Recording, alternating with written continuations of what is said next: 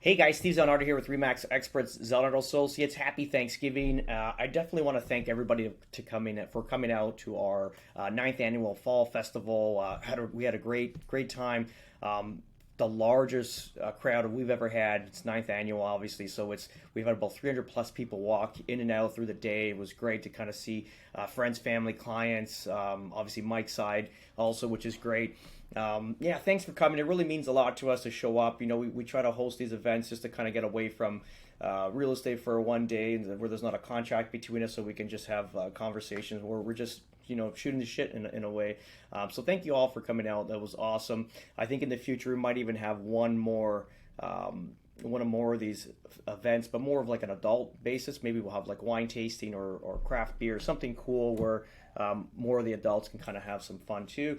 But that's at a future date. We're definitely considering that. Talking about real estate now. Current inventory 19,446 units, so up about 300 since last week's reporting. Sales are at 17 or 732 units, so that's come down a bit. Again, going into a long weekend, you'll see a little bit of a shift. We'll see what happens if there's going to be a dump coming tomorrow on Tuesday, if there's as people kind of took the weekend off, and then they're going to be more of an inventory dump going forward. We sold a property last night, which is great. We firmed it up. Again, it's this rough times in the sense of where we started in price and where we got to now. And I've always warning clients, even last year, like if it's an investment property and it's replaceable, get on the market, get it sold now.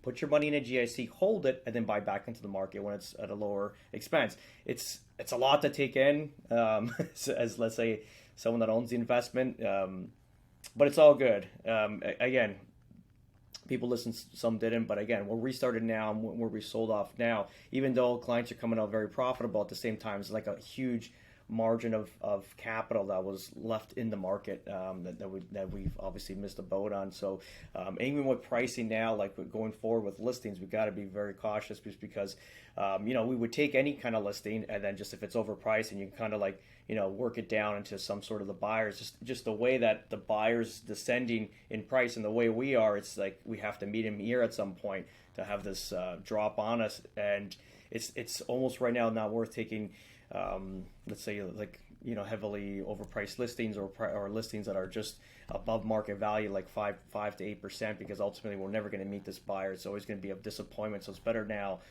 going forward, like screening listings. This is what we're doing. Talking about inventory, it's ridiculous that Treb can't release September yet. We're halfway into October. I don't even have September stats, so I have to like physically go into this and do this ourselves.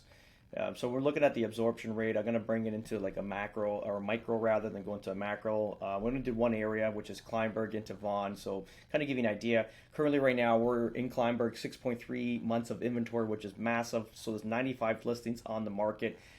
In the yesteryear of Kleinberg, obviously it was always a small community. Now with all of the like impressions, Kleinberg Hills, Kleinberg Summit, obviously there's more inventory, but there is 95 listings on the market currently in Kleinberg, which is kind of crazy, and a lot of it is luxury market where it's 2 million plus. This is why we're getting our 6.3 months of inventory, and if we kind of bring it macro, bring it as Vaughan as a whole, we're at just shy of 3 months. So 3 months of inventory, which is not the worst. It's still kind of balanced. But when you get into 6-7 months of inventory, that's crisis mode, because to try to unload an asset at that amount or at that rate where there's so much competition. Kind of switching gears here to some articles.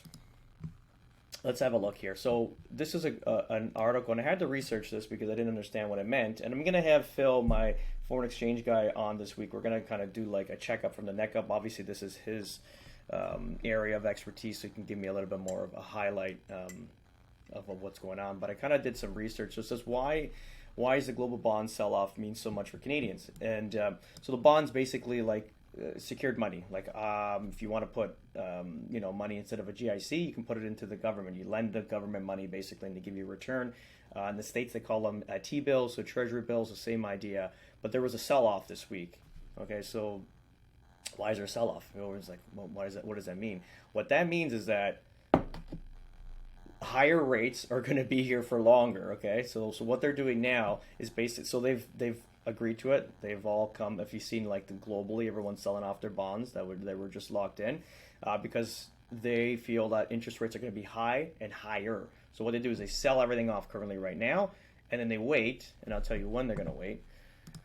So remember, the policy rate, like both the U.S. and Canada, are meeting in October. So if you kind of see here, October 25th, Canada's meeting, and also in America, they're going to be meeting end of October into November. So that means that the policy rate's going to probably get another boost of it's going to be sent up a little bit more, because now we're at 5%. The States is between 5.25 and 5.5.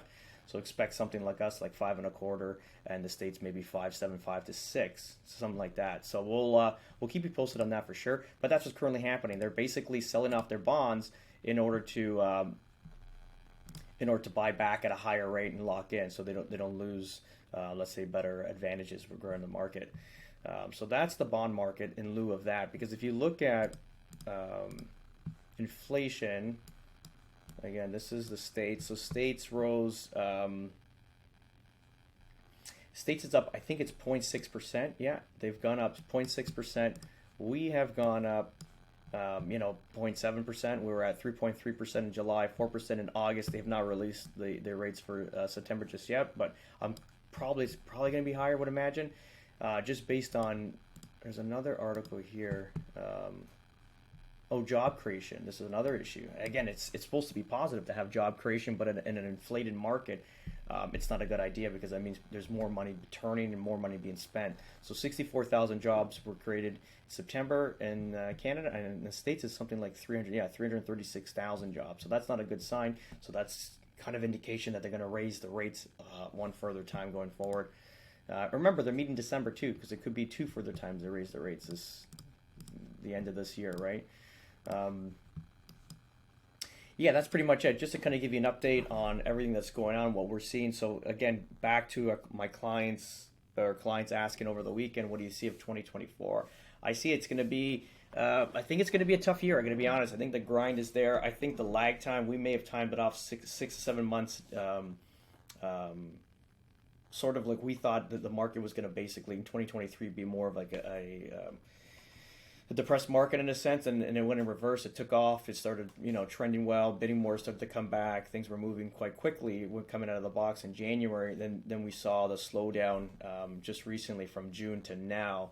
So maybe now we kind of missed almost 7 to 8 months, and then you're going to see going into 2024 exactly what we're talking about. Because the reality is, I know there's a long one, guys, but reality is every conversation that I have about real estate with clients or friends or family or people that we just get introduced to, or just random people that don't even know what I do for a living, it's all about affordability currently right now.